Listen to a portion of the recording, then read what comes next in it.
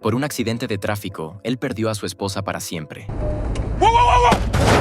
Cuando despertó, su suegro le dijo que ella ya se había ido, pero él permaneció extrañamente tranquilo. Con calma limpió la sangre de sus zapatos y con la misma calma compró una barra de chocolate. El chocolate, sin embargo, se quedó atascado en la máquina. No se enfadó ni llamó a ningún empleado. Simplemente anotó la dirección de la compañía para presentar una queja. Volvió solo a casa. En la nevera aún estaba la nota que su esposa había dejado el día anterior. No tuvo ánimo de leerla. Se sentó a la mesa, comió comida congelada y sintió que sin ella, la casa era demasiado silenciosa. Al día siguiente, familiares y amigos se reunieron. Lamentaban la muerte de su esposa. Algunos lloraban con fuerza, otros en silencio. Él seguía tranquilo, sin expresión alguna. Parecía no aceptar que su esposa ya no estaba. La música de la noche era triste. La atmósfera pesaba en el aire. Todos compartían recuerdos de ella. Y él, como si no tuviera nada que ver, mostraba un rostro indiferente. Para no arruinar la tristeza del momento, se escondió en el baño. Se pellizcó las mejillas, intentando forzar unas lágrimas, pero no salía ninguna. Al final, se rindió. Empezó a dudar de sí mismo, pensando que quizá nunca había amado a su esposa.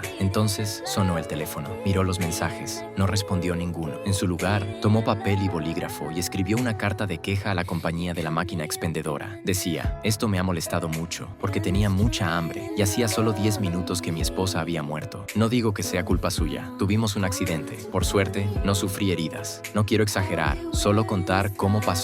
Quizá debería empezar desde el principio. Escribió y escribió, completamente absorbido, como si el fallo de la máquina fuera más importante que la muerte de su esposa. Después del funeral, volvió directamente al trabajo. Sus compañeros se sorprendieron. Debería haberse tomado un tiempo para descansar, no regresar justo después del entierro. Pero a él no le importaba. Trabajaba con normalidad, asistía a reuniones. No entendía por qué todos le decían que debía descansar, por qué sus colegas parecían más tristes que él. Incluso su suegro lloraba frente a él y su propio padre aparecía de repente para ayudarlo a regar las plantas, tratando de consolarlo. No comprendía por qué el mundo entero asumía que él estaba destrozado, si para él la muerte de su esposa no era motivo de tristeza. Incluso bromeaba con extraños diciendo, no amaba a mi esposa. Sé que suena terrible, pero es la verdad. Ahora que se ha ido, no me siento triste, ni vacío, ni con dolor. Un día encontró una nota de ella recordándole reparar el refrigerador. Antes nunca le hacía caso, pero esta vez decidió hacerlo. Tomó las herramientas y empezó a arreglarlo. No tenía idea de cómo hacerlo y en poco tiempo lo desarmó por completo. Miró el desastre a su alrededor y, sorprendentemente, se sintió bien. Desde entonces, le gustó desmontar cosas. Desmontó el ordenador de la oficina, quitó la puerta metálica del baño, incluso desarmó la cafetera que había comprado su esposa. Pero esos pequeños objetos ya no eran suficientes. Así que se puso un traje, fue a una obra y pagó para trabajar como obrero. El jefe no preguntó nada,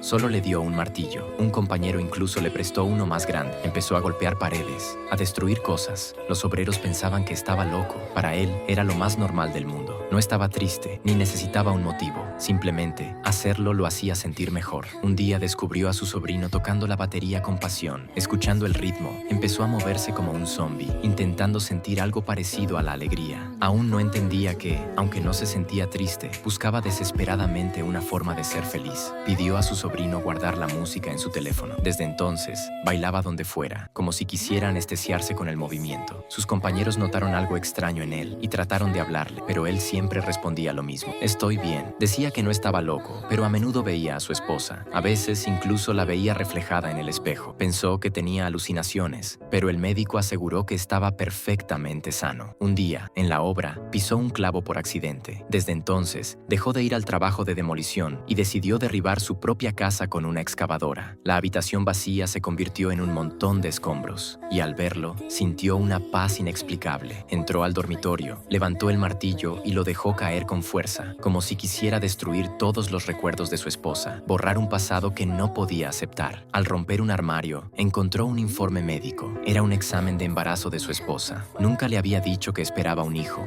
Con el informe en la mano, condujo hasta la casa de su suegro. El sol le daba directo a los ojos. Bajó el parasol y vio una nota que su esposa había dejado allí, pero su mente solo pensaba en el informe. Llegó y vio que la familia hacía una ceremonia en su honor. Ignoró a todos y preguntó directamente por el embarazo. La suegra guardó silencio un momento, y luego dijo: ese niño no era tuyo. Ella tuvo una aventura. Yo la acompañé al hospital días. Después fue al cementerio, frente a la tumba de su esposa. Allí encontró a un hombre dejando flores. Pensó que era el amante, pero el hombre le explicó que era el conductor del otro coche. Con lágrimas en los ojos, le pidió perdón. Él lo abrazó para consolarlo. De regreso a casa, vio en el suelo una nota que había tirado. Era una broma que su esposa le había dejado. Si llueve, no podrás verme. Si sale el sol, pensarás en mí. Entonces recordó todas las pequeñas notas que ella le dejaba, cada detalle, cada momento. Y finalmente, las lágrimas corrieron por su rostro. Dicen que cuando se pierde al amor de tu vida, no sientes tristeza al principio, porque tu mente aún no acepta la verdad. Quizás solo en ese momento, él entendió realmente que su esposa se había ido para siempre.